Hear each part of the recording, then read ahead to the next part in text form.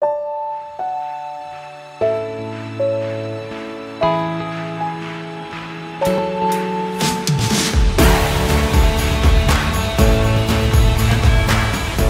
cet exercice, on va s'intéresser à deux taxis A et B qui ont une manière de facturer leurs clients différente. Le taxi A demande des frais de prise en charge de 5 € et ensuite 40 centimes du kilomètre. Le taxi B, lui, ne demande pas de frais de prise en charge, mais il facture plus cher du kilomètre, 60 centimes d'euros le kilomètre. Et on va se demander pendant tout l'exercice quel taxi il faut mieux choisir suivant la distance que l'on a à parcourir. Intuitivement, on voit qu'il faut mieux prendre le taxi B pour des courtes distances puisqu'il n'y a pas de frais de prise en charge.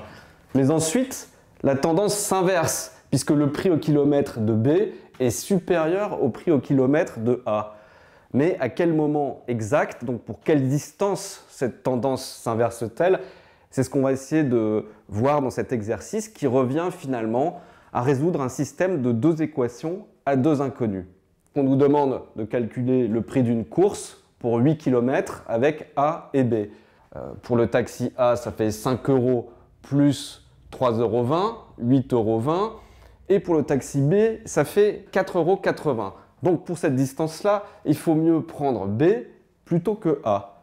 En revanche, pour 30 km, le taxi A va nous coûter 17 € et le taxi B 18 €. Donc on voit que là, la tendance s'est inversée et qu'il faut mieux prendre A, malgré les frais de prise en charge, plutôt que B. Alors maintenant, on va essayer de modéliser tout ça mathématiquement avec des équations. Donc si j'appelle A de x le prix d'une course par rapport au nombre de kilomètres x, on voit tout de suite que A de x, c'est 5 € plus 0,4 x. B de x étant égal à 0,60 x. Qu'est-ce que ça donne graphiquement?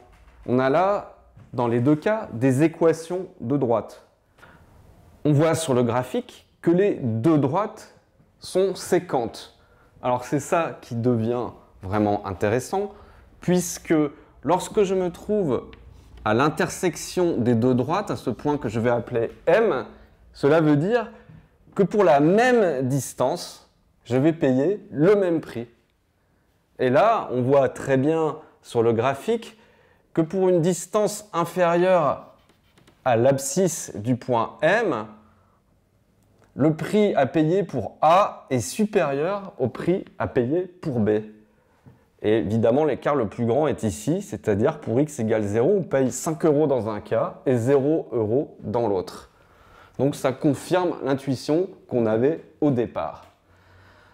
Alors, pour savoir quelles sont les coordonnées de ce point M, on sait que M vérifie forcément les deux équations des deux droites. Donc, on pose le système y égale 5 plus 0,4 x et y est égal à 0,6 x. Donc, ça veut dire que 0,6 x est égal à 5 plus 0,4 x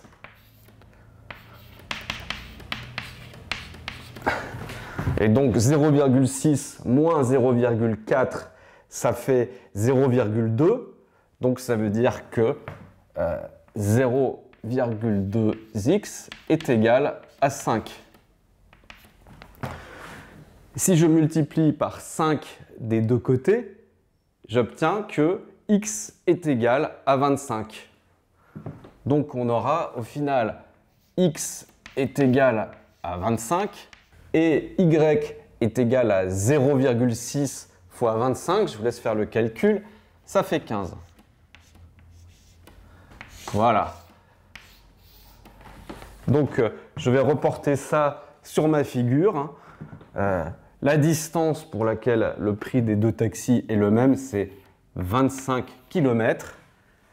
Et le prix à payer dans ce cas, c'est 15 €.